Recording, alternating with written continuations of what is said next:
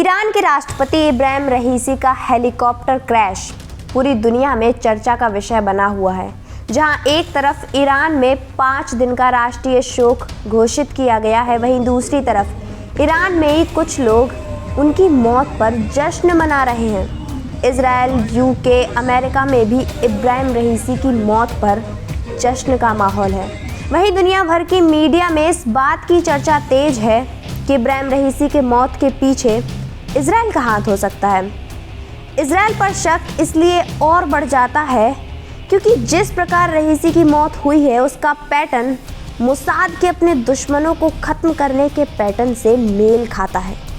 Israel एक लंबे समय से अपने दुश्मनों को विदेशी धरती पर मारता आ रहा है और हमेशा की तरह इजराइल ने इसके पीछे अपना हाथ होने से इनकार कर दिया है।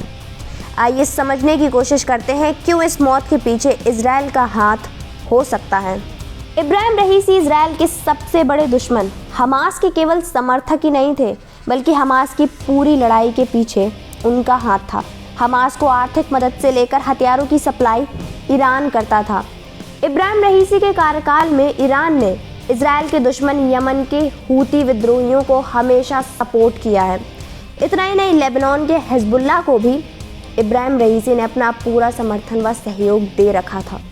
हम ये भी कह सकते हैं कि यदि ईरान ना होता तो अब तक इजराइल पूरे फिलिस्तीन पर कब्जा कर चुका होता और इब्राहिम रईसी जो इजराइल के सबसे बड़े दुश्मन हैं, उन्हीं के कार्यकाल में ईरान परमाणु शक्ति संपन्न देश बनने की दिशा में तेजी से बढ़ रहा था।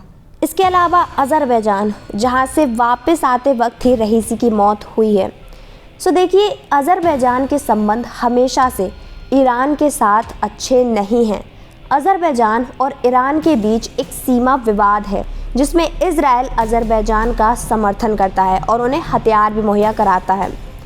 इजराइल को ईरान के खिलाफ इस ऑपरेशन को अंजाम देने के लिए अज़रबैजान से अच्छी ज़मीन कहाँ मिल सकती थी, जिसका इस्तेमाल करके शायद इजराइल ने अपने सबसे बड़े दुश्मन को ख़त्म कर दिया हो। और अभी मीडिया में सबसे बड़ी थ्योरी मोसाद द्वारा रईसी के हेलीकॉप्टर में EMP डिवाइस लगाने की चल रही है।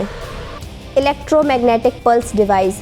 ये डिवाइस विद्युत चुंबकीय संचार में हस्तक्षेप कर सकता है, जिससे इलेक्ट्रॉनिक डिवाइस को नुकसान पहुंचाया जा सकता है, जिसके कारण हेलीकॉप्टर का क्रैश होना एक साधारण सी बात है।